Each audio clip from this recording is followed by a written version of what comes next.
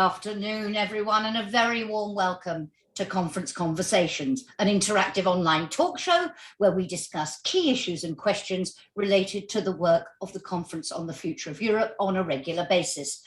These conversations are organised under the auspices of the Conference Observatory, a joint initiative by the Bertelsmann Stiftung, the European Policy Centre, the King Baudouin Foundation, and the Stiftung Mercator, which aims to observe, critically analyse and inspire the deliberations of the conference and also develop proposals to improve the EU's future participatory and democratic architecture.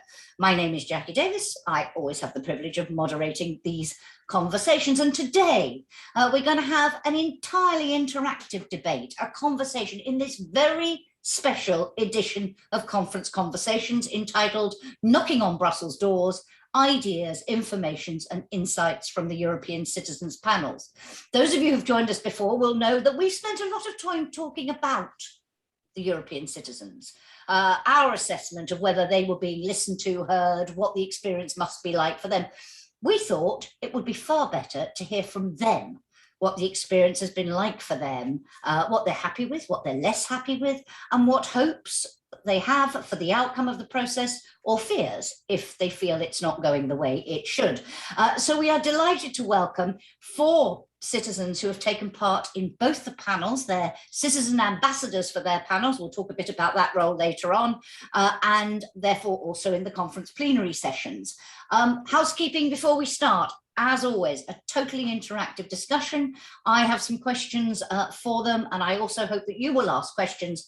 You can either click on the raise hands button, and when I give you the microphone, please ask your question, or you can write it in the Q&A box. Use the Q&A box, please, not the chat, and please be as brief as possible. Use the chat if you're having any IT issues and you need help from our wonderful team behind the scenes.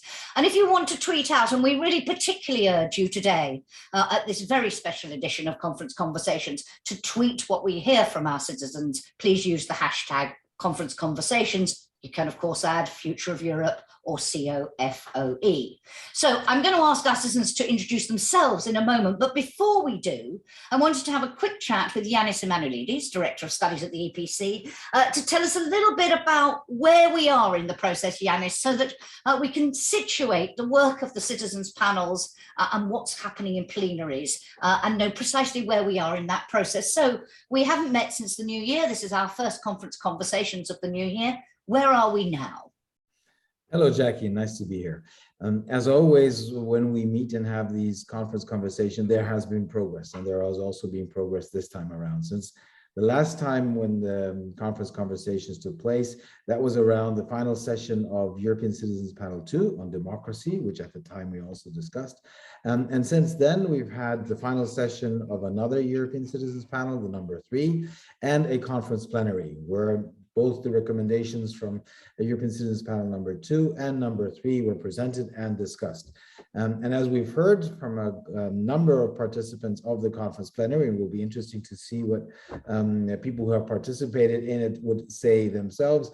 That went better in terms compared to other conference plenaries which have been happening since over the time. There has been more exchange, more time for real exchange. I'm not saying that it has been perfect, by no means, but it seems that there is some progress. If we now look ahead, we will still have the final sessions of 2 of the remaining 4 European Citizens Panels, number 4 and number 1. One will take place in Maastricht in February 11th to 13th, and another one will be taking place in Dublin. These final sessions were postponed, as we know, because of the COVID situation, but they will now take place. And then we go into another phase or phases of conference plenaries where recommendations will be discussed, and we will be slowly moving to the into the hotter phase of the conference, moving at some point towards the final report and the finalization. So there is progress, there has been progress, but there's still a lot to do. Just one more quick question before we move on. At some point, you said, moving to that final moment, is the deadline, we know that the deadline for some of these panels has slipped because of problems organizing meetings during the pandemic. The overall timetable, do we have a clear idea now of when is it expected to end? Well, we have a timetable. There is an indication that there will be a political event of the conference on May 9th, Europe Day. There is also a date to be still found for the final event of European citizens panels. But the question is whether they will, I mean, they meaning the system, the conference itself, will be able to finalize things on time. We all know we have the French presidential elections there, and the French are holding the presidency and the council. So it's a question of how much that will influence the process, and maybe potentially, we don't know, but maybe potentially, but the conference might require a bit of more time. But that's still to be decided and seen. Thank you very much. And Yanis is going to listen to what our citizens have to say. Yanis, if you have any questions for them during the discussion, please indicate to me, and I'll come back to you at the end just for a little reflection on what we've heard. Just a couple of quotes from politicians involved in the process from the conference plenary about 8 days ago to provide a little bit of context before we move to our panel. Dubravka Suica, the European Commission Vice President and Co-Chair, said, and I quote, "From the beginning, I have had full trust in this deliberative process, but it has exceeded even those expectations." Wonder whether our citizens agree, she adds. "It is therefore all the more important that citizens recognise themselves in the outcomes of these deliberations and later see the impact." And Guy Verhofstadt, MEP, co-chair also, says, "It's clear that citizens count on concrete follow-up, respectful of their broad vision and not just cherry picking." So as I say, it'd be interesting to see whether it has exceeded your expectations and what you hope will be done with the recommendations. First, let me ask, if I could, our citizens to introduce themselves. Marina, tell us about yourself. Good afternoon. My name is Marina Zelenetska. I'm 37 years old. I'm a business economist. I'm from Düsseldorf, from Germany, and I'm a citizen ambassador for the panel 1. Thank you very much. Dorin. Hello, everyone. My name is Dorin. I am also from Germany, Buxtehude. I'm 53 years old, married to 3 kids, grown-up kids. So my eldest son is 32 already. I'm a food technologist in bakery and confectionery applications, and I'm an ambassador for panel 3. Thank you very much. Deirenne. Hi. My name is Claudia Mazur. I'm a citizen ambassador for panel 4. And besides that, I'm 24-year-old med student. Thank you so much. And last but not least, Huub. Thank you. Yes, my name is Huub Verhoeven. I'm from the Netherlands. I'm a Dutch IT student, mostly in the fields of cybersecurity and network infrastructure. I'm also an ambassador for panel 4. Thank you very much indeed. And I just want to start by getting a sense of why on earth you agreed to become part of this process. It's quite a commitment, takes a lot of your time, takes a lot of your effort. Dorin, what for you drove you to say yes? And what expectations did you have when you said yes? Well, first of all, I joined many phone calls since then, and I never had a question like that or a request like that to join such a conference. So at the very beginning, I thought it's just a sort of joke or something like that. And only if when I received my email, I saw, yeah, it is serious. So, and of course, the topic, it's a very important topic. We all know the climate change and environment is real, and we have to do something about. So it's an important topic for me as well. And I was fully agreed to join the conference, to bring my inputs, and to, yeah, make something useful there. You say make something useful. What did you hope? What use did you hope it would be? Well, first of all, we are all ordinary citizens, let's say, so we are not climate specialists. So, of course, well, without the background, we try to earn as much as possible information related to climate change and environment. And of course, everything what I found was in my environment or in my area of living, let's say so. And rather, I wanted to pop up or to bring these issues on the topics, and not the very big one, let's say so. And I think as it started, it's made more confidence that it will work in a way, because when I've heard we are all coming from all the 27 countries or all around Europe, and I was expecting to see different regions with different concernings and to have something in common and to bring, let's say, the problematic of climate change and environment a step forward in this direction.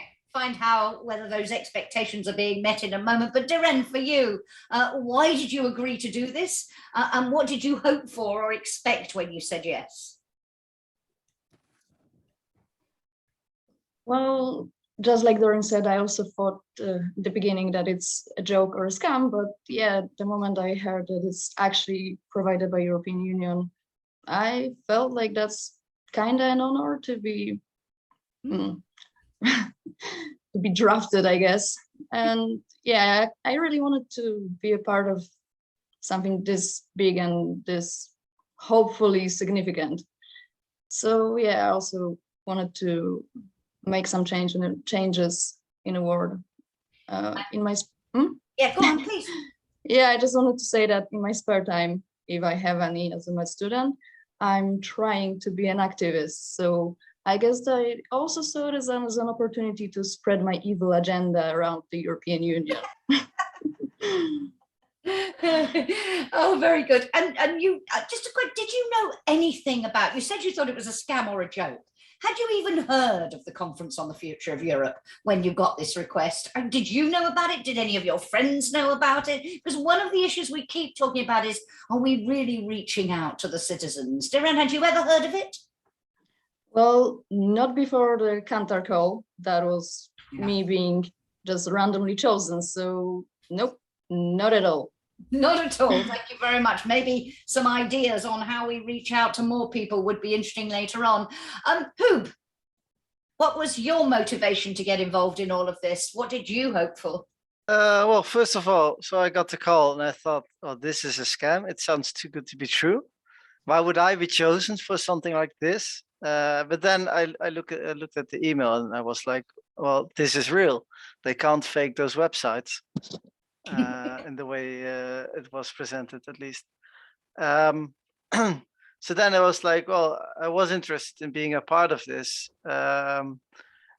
Be it at first I thought like maybe at first the feeling I had was maybe it's a political PR stunt of like, see, we can present the citizens and they agree with our visions. So, but later on I've noticed that's not the case. And I feel honored to put my own views and perspectives in the subjects that we're handling. So yeah. Come to whether what you hope the outcome might be in a moment. But Marina, complete the picture for us. Had you heard of the Conference on the Future of Europe before you got the letter, or were you like everybody else thinking, no, this can't be real? Yeah, to be honest, I've never heard about it. I had absolutely no idea what is it. I only understood it's something in connection with Europe, so it cannot be bad. So it was for me, it was an absolutely a black box. I had also no expectation, so I had no idea what is it. But yeah, it was like maybe a little bit adventure. I had to say yes. So okay, we will see what will come out at the end.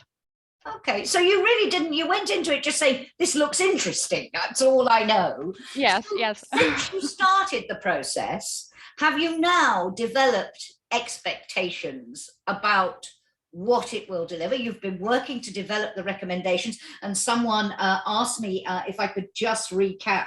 So you were panel 1, which relates to stronger economy, social justice, jobs, education, culture, youth, and sports. There was then a second panel, democracy, values and rights, rule of law and security. A third one on climate change, environment and health, and the fourth on Europe in the world and migration, just because somebody asked me to remind everybody what the topics were. How has the experience, Marina, been for you so far? Have you found it, has it been an adventure? That's the word you used. And have you felt that you really were getting a chance to put your views, to be listened to be heard? Yeah, first of all, it's a very interesting, amazing process. I'm very, very happy to be a part of it.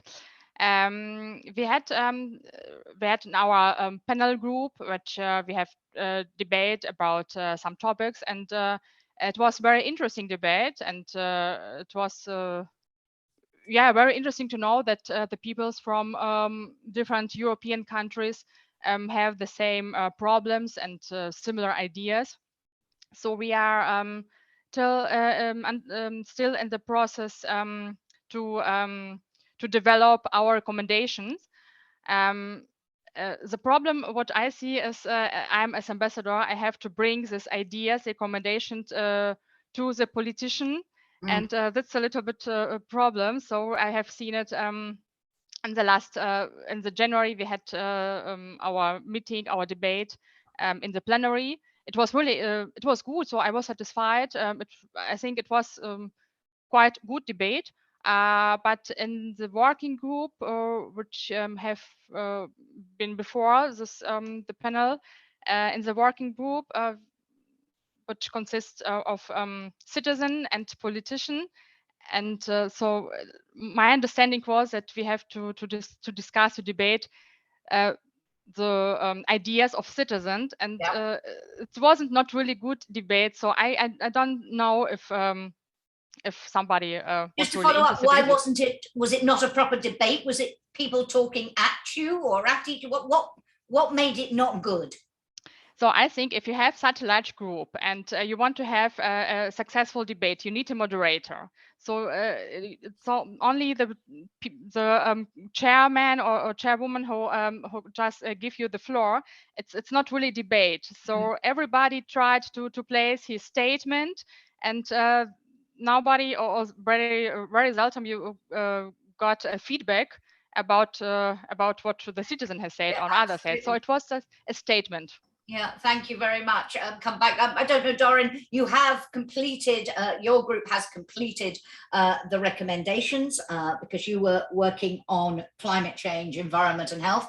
We've had the plenary, they've been presented. Have you been happy with the process? Has it worked for you, or have there been frustrations?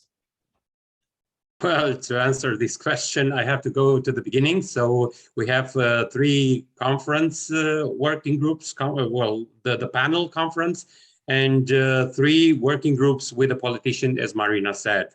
And let's say how everything was designed was not all the time transparent for us. Like the first one, when we met all 200 peoples, as said, coming from all 27 countries, we only had a session or kind of brainstorming session, let's call it like that, where everyone expressed his concerning about climate change, environment. And all these topics were kind of elected to select 10 of them at the end to go further in streams. So that was the first session. The second one, when we met, the group has been remixed. So I didn't have just one single person was with me from the previous group. And the topics were coming from other groups. So it was a totally different situation. So we have now to talk about these existing topics, let's say so, and develop them up to a recommendation. Well, in my opinion, is not a bad idea, to be honest, because in this way you are coming in touch with the concerning of the others, and you can make also your own position or opinion about this. But it wasn't clear from the beginning that the procedure would be like that. However, let's talk about the other plenary sessions in working groups with a politician. The first one, right after our first panelist meeting, was completely disappointed. As Marina said, it was just a kind of statement session. I could have stayed at home and watch TV like news and just hear the politician talking, because this is what they are doing. I saw the second one, it was totally different. So after our complaining about the first one, I saw a willing to adapt in our direction. So for us to feel more comfortable, to be able to express ourselves. They are learning. I mean, bearing in mind, this is a completely new process. There have been citizens' consultations before, but this attempt for you then to talk directly to the politicians hasn't been done before. So you do feel they're learning as they go along. But perhaps echoing, I saw a quote from one citizen at the event saying, politicians say they are listening, but often it is them mostly talking. I think I'm hearing the same sort of frustration there. Deirenne, for you so far, still working on those proposals, but how has it been? Is it how you you didn't really have an expectation, you didn't know what to expect, but has it been the honor? Do you really feel, you said, I wanted to be part of something big and significant and make some changes in the world. Do you have a sense this process really could lead to the sort of changes you want to see? Well, I very much hope so. And I guess that's the best we can get as ordinary citizens. Just hope that the process is going to work. That's how democracy is supposed to be. Absolutely. Made. But so far, have you felt, yeah, we're headed in the right direction, we're doing the right things to develop these recommendations? One of our audience, Andres Petterson's, just asked, do you feel that you represent the views of the majority, or do you agree with the recommendations from the panels? I mean, do you feel your voice has come through, or the majority voice from the discussions you've been part of is coming through in the development of these proposals?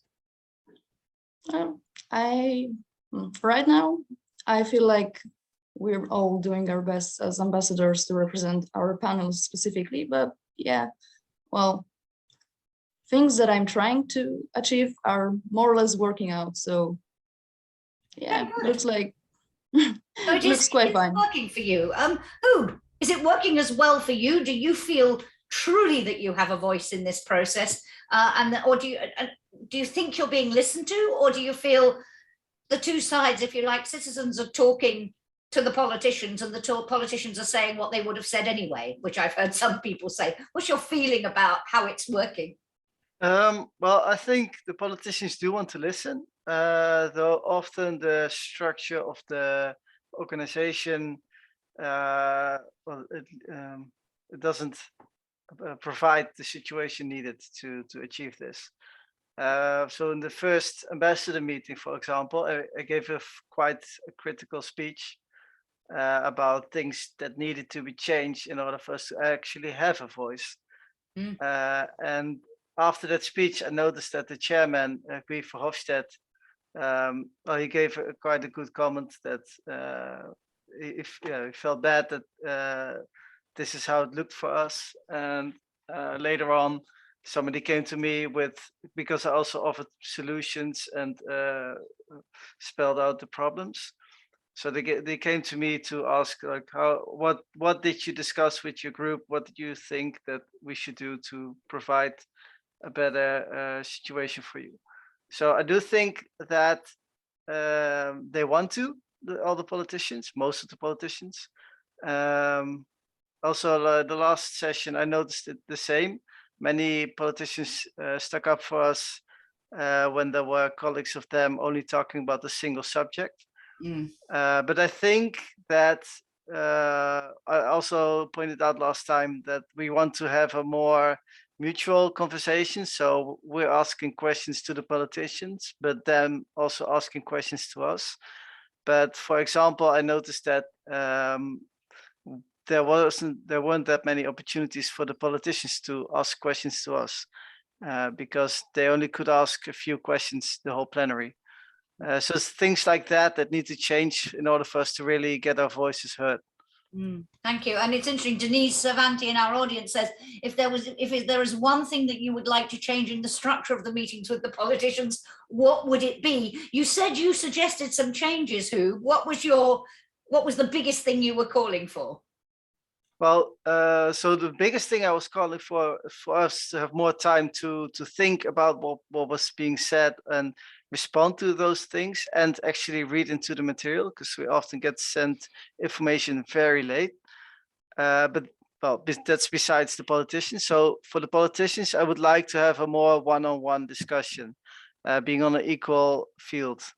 And for example, we have had those blue cards, that's what they call them. It's basically an opportunity to ask a question to anyone in the room. But for example, we got 5 of those cards and all of the politicians got 5 of those cards. It's not that many to actually start a conversation. Sorry, can you explain about the cards? What are the cards? but it's a chance to speak up to Right, something. so you've got 5, you can use your 5 and you have Yeah. to decide how to use them. Yeah. Yeah, but like all the 5, for all the ambassadors have 5 of those opportunities, and all the politicians have 5 of those opportunities. And usually you see that people tend to save them up, and in the end there's no discussion taking place. Thank you.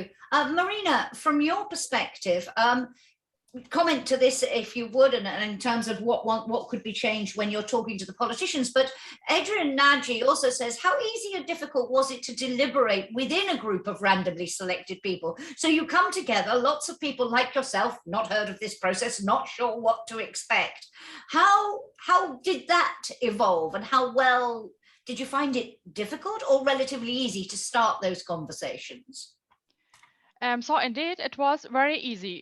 Also, we have never seen each other, and it was first time we have met each other. But it was very easy, and I think it's because of our moderator. So if you have a good moderator, you have a good discussion, and the work in our group was very good. One thing I would like to mention is the participators of the groups, they have not been asked in which groups they would like to take part. They have been randomly assigned to the group. And this was maybe a problem, because if the topic is far away from you, you cannot really take part in the discussion. And that's what I've heard from some other citizens. Yeah, that if they have not connection in their daily life with the topic, they cannot really take part in the discussion, in the debate. And that brings up a question another of our audience asked. Martin de Groot says, how do you feel about the experts who were selected to give input to your work in the citizens panels? Do you feel you received a balanced input? Was it transparent to you how they had been selected? I mean, they play a crucial role if, as you say, you've been put in a panel on a topic you don't know much about, and Dorin indicated earlier on the climate. You needed the experts. Did that bit work for you? Marina, just following up on what you said. Yeah, so to be honest, I think we had to receive more information about the expert. Who are the experts? What they want to tell us? Yeah, because if you go to a meeting, if you go to a presentation, okay, you you will inform yourself who is speaking now, and we had absolutely no information. The first time we have met us in Strasbourg, we had 3 experts, and the topic was too broad. Yeah. So I didn't understood what is really the connection. The next time we had online meeting, and okay, that was a little bit clustered. It was better, it was interesting, because it was in connection with our topic. But anyway, without an information before who are the experts, you cannot really understand and follow this. Yeah, and know the background. Deirenne, for you, have the experts been useful? Have they been the right experts? Have you felt they have presented things in a balanced way? And do you have any suggestions for when it comes to talking to the politicians, things that need to be changed, or are you broadly happy so far with the way that's worked? Well, I guess our panel has it best because we're the last panel. So all the changes that are made because of previous meetings are upgrading our process. But true, yes. We actually had informations about our experts, but probably not all of them. I've noticed that some citizens are actually quite angry with specific experts and their previous background and things like that. So we have some information. Or angry about what they said?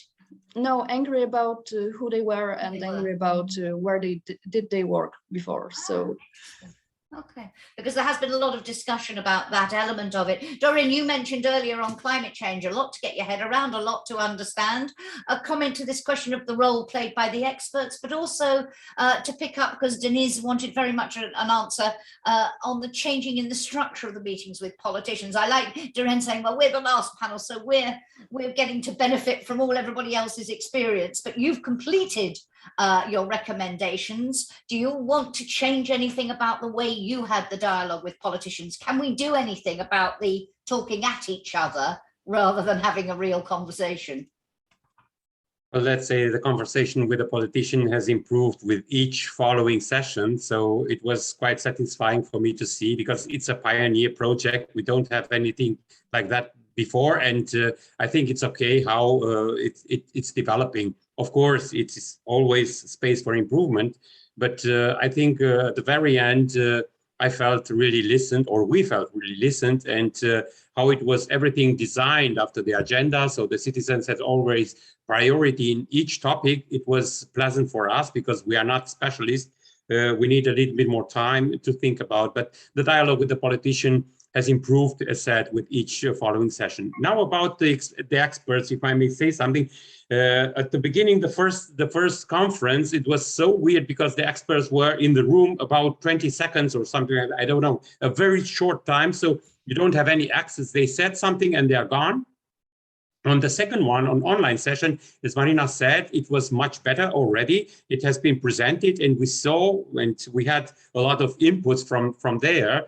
But on the third one, I have to say, when it was very hot topic, of course, I can also say that the experts cannot evaluate how far or how is our knowledge level, how much details should they bring in. But I was first disappointed about the first answer because it was a very rough answer. Like I could have read it in Google right away. So it was not a precise one when it comes to a very hot topic like nuclear power, for example. And I can say when we ask to be more precise, they also, let's say, adapt for our needs. And at the very end, everything was actually fine. And I'm very happy about the recommendation, even though if they are not covering the whole big picture, what is necessary to be done for the climate change, they are representing very important steps in the right direction. And I'm also very happy that you see yourself in those recommendations. You can, yes. When you do the job of ambassador, you feel comfortable presenting what came out of this process. Even though if not all my ideas came through, I'm very happy about the recommendation at the very end. So what we achieved is, we have a lot of language barriers and other barriers. And despite of all of that, I think our recommendations are all, let's say, very good. And I was willing to defend them. And I was also convinced to do that because it's my job as an ambassador to put my own thoughts now aside and just to defend our recommendation, because this is what an ambassador should do at the end. But I'm happy with that. So that already answers a question that's just come in from Augustinas Ulekas, who says, from my impression, at least during the European Democracy Group discussions, all the debate was going around one particular issue. He says transnational lists, but not about other ideas presented from the panels. Do you feel that in the plenary, the working groups, your ideas were reflected? I mean, I don't know whether any of you want to pick up on that in terms of a feeling. Huub, do you have a sense, because you're perhaps a little more critical of the process, that some things are picked up and some things really ignored altogether? Or do you think actually it is slowly but surely coming to a set of recommendations that do reflect what you all felt, that are then being discussed? Well, during the second plenary last session, I actually spoke out about them only either talking about only the transnational lists, or some people actually trying to talk about everything else but the transnational list. And I actually called them out on it to say, like, let's talk about everything, because it's not just transnational list or not. But actually the next plenary, I believe we were talking about climate. I've noticed that many more subjects were talked about. And it was mainly the fact that there was a limit of time that not all the subjects were talked about. So I think it's also a matter of which topic we're talking about. Yeah. And also, I think, I mean, for example, if you take the issue of transnational lists, a big debate in Brussels. So maybe one of those cases where the politicians who favor them are trying to use this process to get you guys to back what they want to do. I don't know, but a bit of a suspicion there. Just in terms of, let us turn to what happens next. And your sense at the moment, so I think I would say the report card is pretty good. There were some problems at the start, but you feel you've been listened to, that the things that weren't working have been taken on board, some improvements are being made. And broadly, you all seem reasonably satisfied that what has happened so far has been sort of true to the process, as it were, has given you a voice. What about when it comes to what happens to these proposals? I read you out that quote at the beginning, both from Dubravka Suica, who said, it's all the more important that citizens recognize themselves in the outcome of these deliberations and later see the impact. And Guy Verhofstadt saying, it is clear that citizens count on concrete follow-up, respectful of their broad vision and not just cherry picking. Now, obviously, they're not going to be able to do, and somebody said, well, not everything that I wanted to see in there is in there, but that's okay. How broadly, Deirenne, how confident do you feel so far with this process that not only will you be able to present the outcome of your group's work, but that it actually could make that significant difference, make some of those changes that you joined this process because you wanted to see? What's your sense at the moment? At the moment, probably way better than with any other normal policy proceedings, usual elections and stuff like that, because now it feels way more direct, way more like an actual democracy in which we're actually trying to speak directly to citizens and gather their opinions, even if they're not experts at the field, even if they're from different backgrounds, of different level of education. And still, I hope it's going to end up just as good as it seems right now. Okay, but that raises a very important question. What if it doesn't? What if Brussels goes through this process, develops the process, makes it better, and then at the end of it, though, the politicians, the traditional politicians get their hands on it, not the people who are involved in the conference, and starts focusing on the things they cared about. We talked about transnational lists a moment ago, and your recommendations are not taken up. You don't see impacts. Would you still feel that this has been a worthwhile exercise in having that conversation together at European level, in talking to the politicians in the hope of long-term change in the way we do things? Or would you be very frustrated? Would it make you feel, I wish I'd never got involved? How important is it to you to see the impact of the work that you're doing at the end of this process? Deirenne, I wanted to stay with you on that, and same question then to all of you.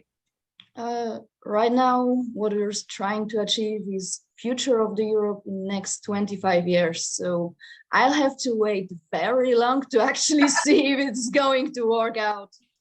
But I guess you have a hope that they will hope is all we can have in times like that. Do you have a hope? Do you have an expectation that this will not only lead to them listening, but then acting upon those recommendations? Or are you more cynical?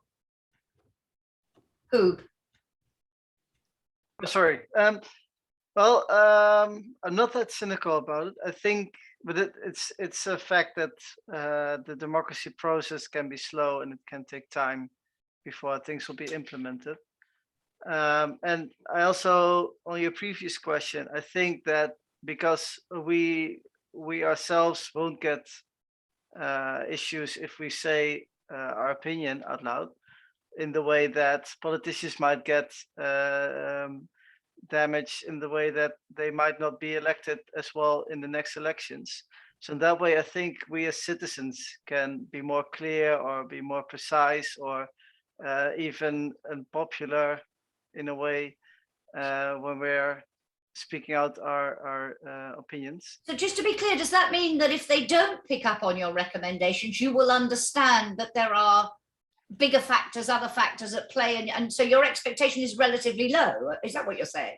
No, it's not that low. I just think we can formulate more effective than many politicians might be able to. And also, how will you feel if they don't, if, as I say, once this leaves the conference and goes back into sort of the normal way of EU taking decisions, you don't see what you've done reflected in the conversations that follow on implementation?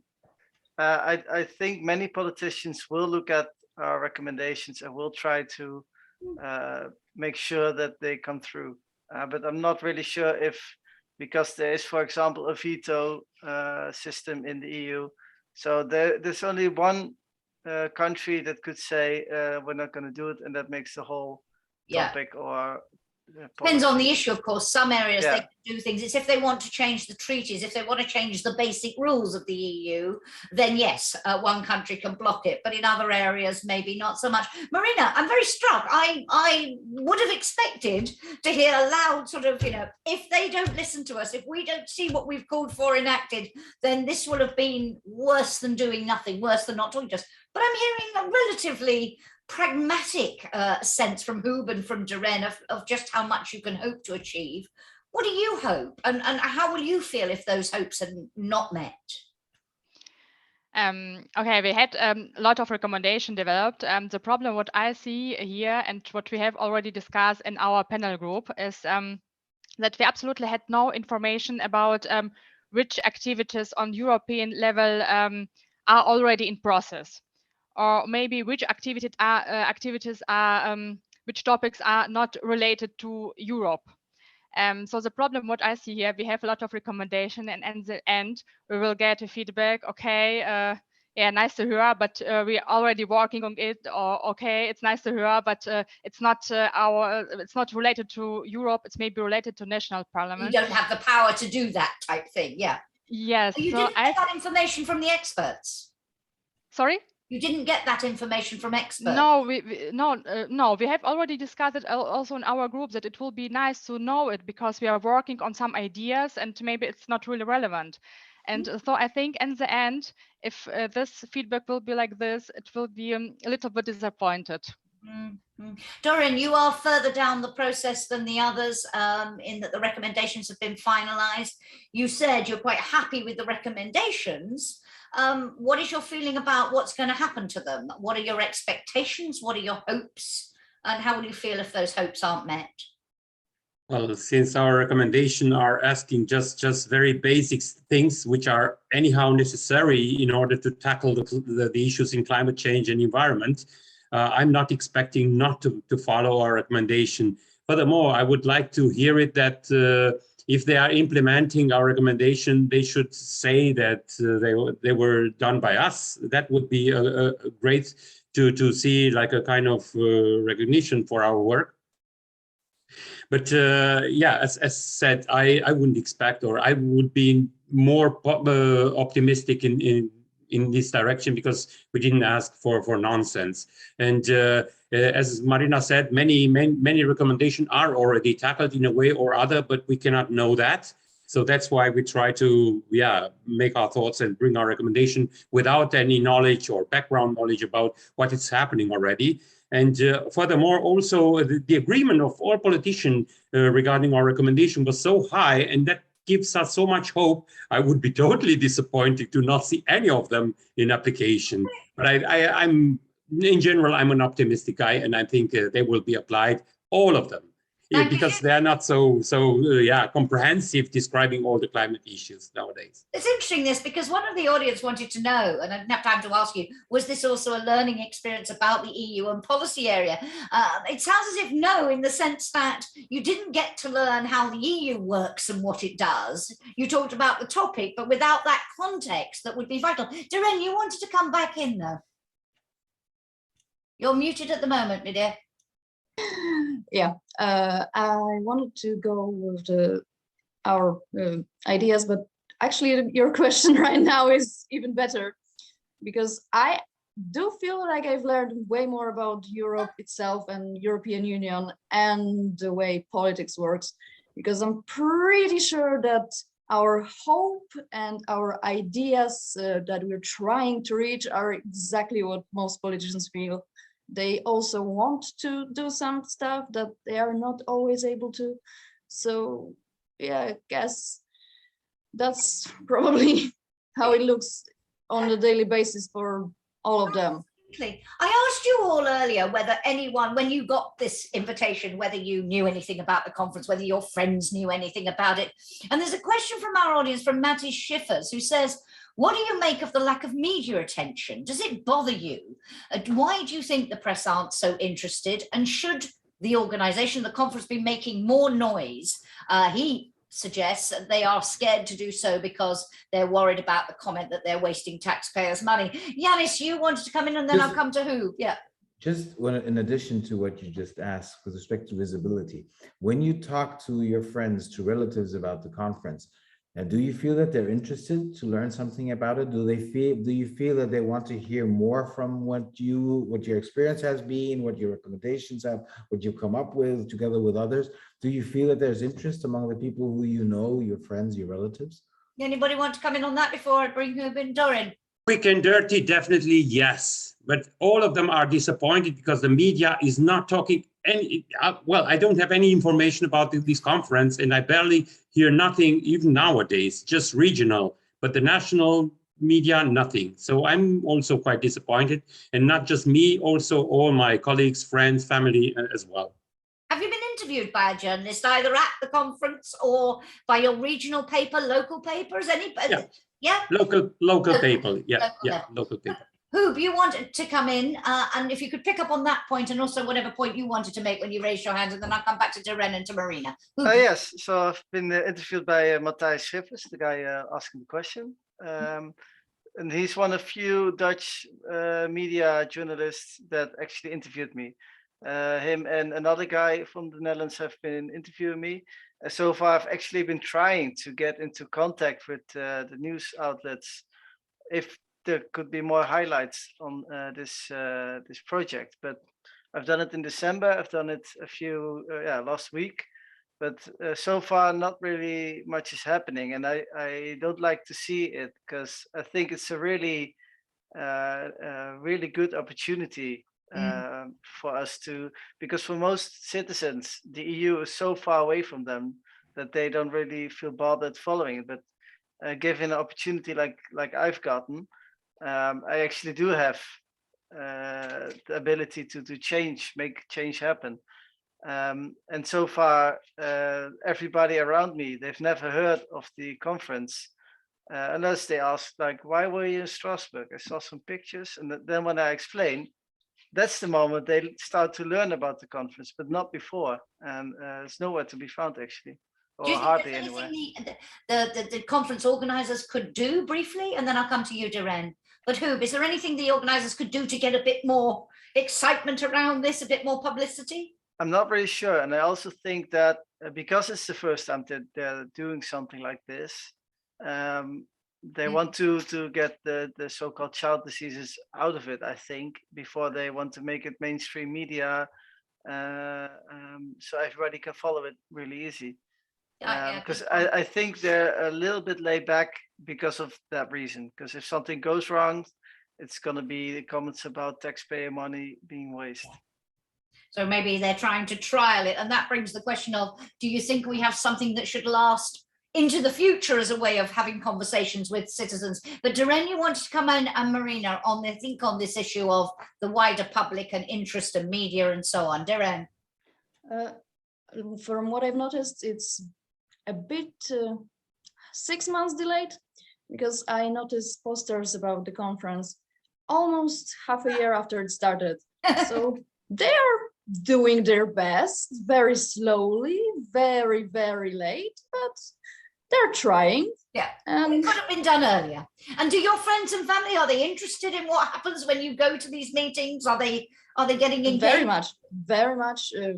My sister is definitely watching right now, so should be my boyfriend.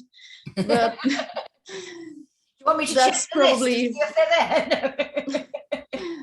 I've sent him a link, and I very much hope that he will see it sooner or later. I hope so too. I hope so. Marina, for you, do you think there is, how can we get more buzz? How can we get more coverage? Because the work you're doing is so interesting and fascinating, and so few of the public appear to know about it. Yes, indeed. The Europe conference and the Europe in general is now promoted in Germany.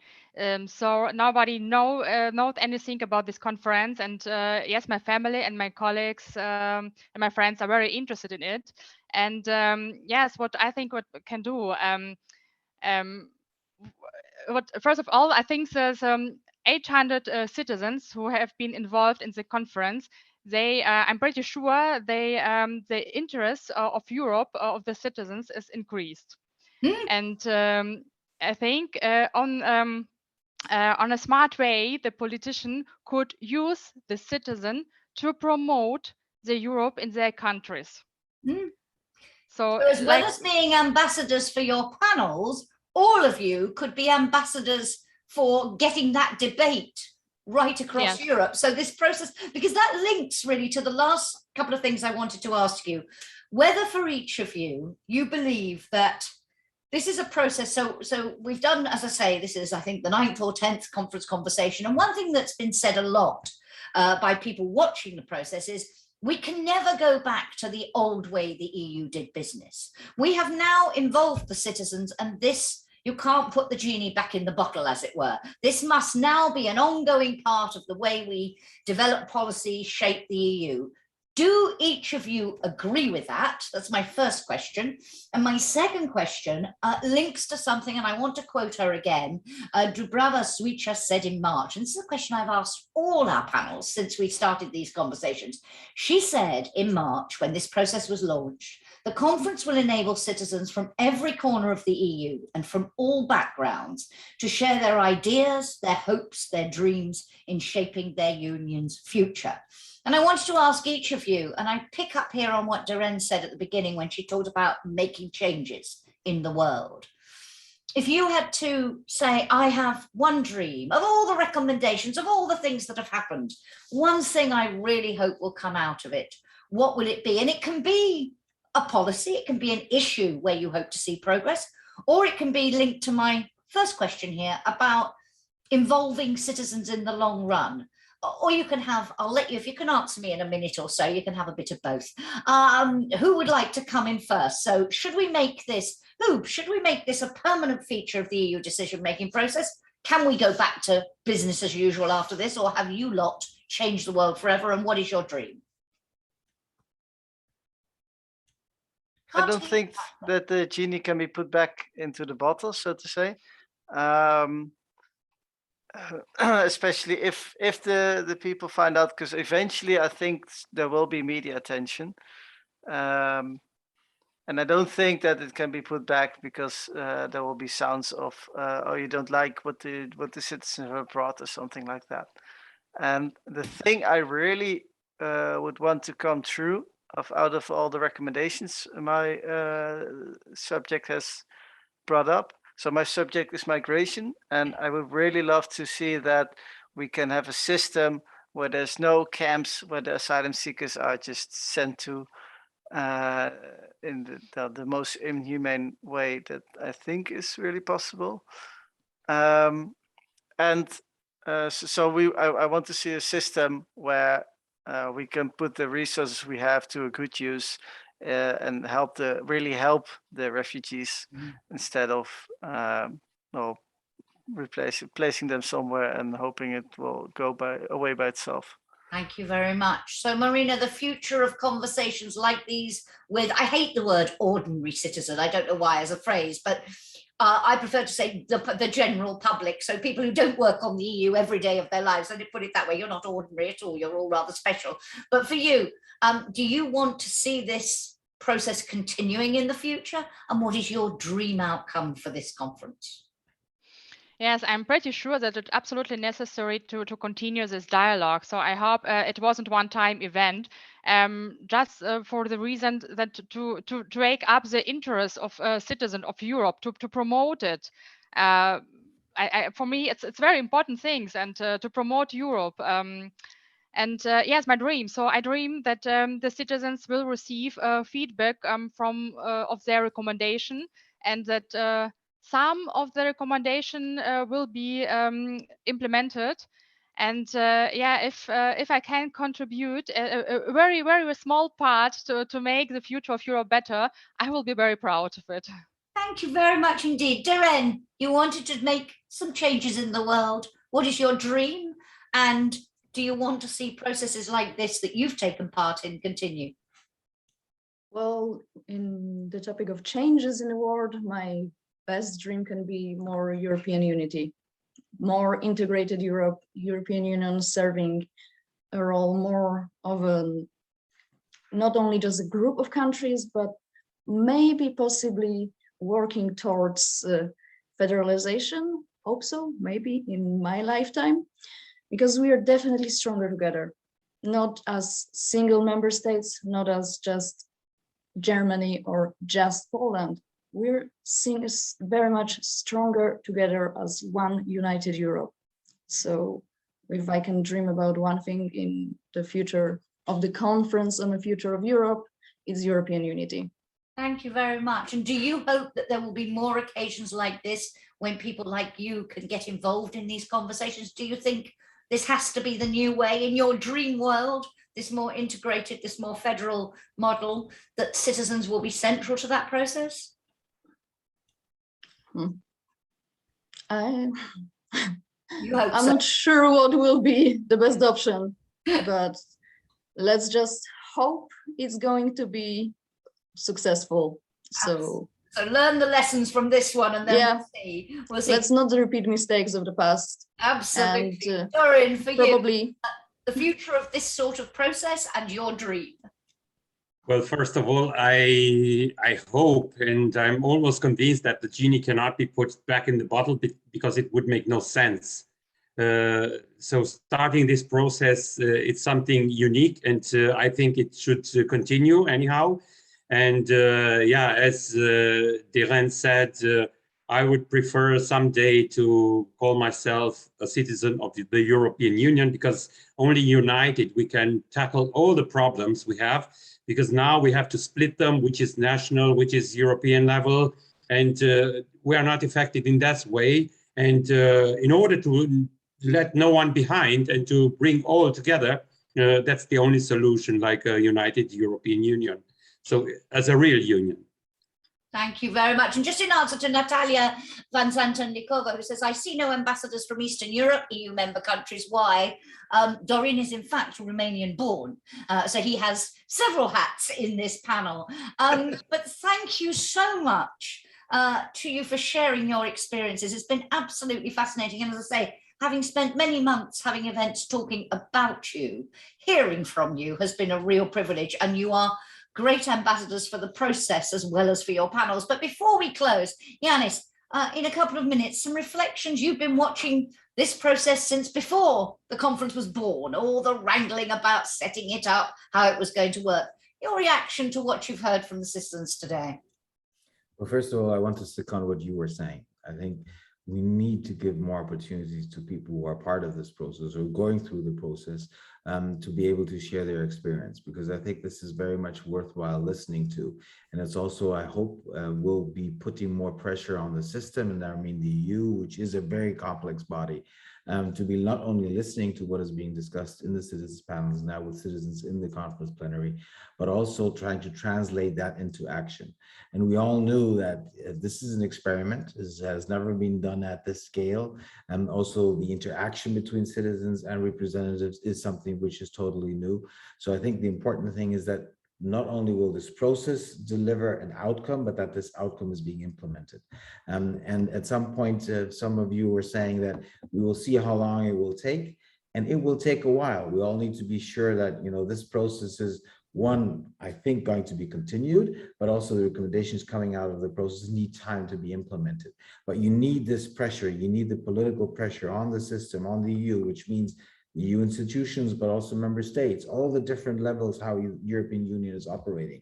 And you need that pressure. And that, I think, is one of the potential achievements of this conference, and whatever will come out of it afterwards, to put pressure on the system to actually deliver. Because often at the European level, we know that we need to do certain things, but we don't have the power to do so, the political will to do so, or our leadership is not able to do so. At some point, one of the colleagues here were saying that politicians often know that and would want to do more, but they can't. And I hope that this conference will put pressure on them, on the system, to deliver in future. And again, it's going to take a while. This is not going to happen immediately, but I think we're on the right track. Thank you very much indeed, Yanis. Thank you again to all of you for a really great conversation. Thank you to you for your comments and your questions. Managed to squeeze quite a lot of them in. There was still a lot more I didn't get to, but we did our best. Just to say before we go that we'll be back next month with another conference conversation. Watch out in the meantime for a report on the conference from the Observatory's high-level advisory group. It'll be coming out sometime in February. And in the meantime, please follow the Observatory on Twitter to get constantly informed of the activities, get updates about what's happening.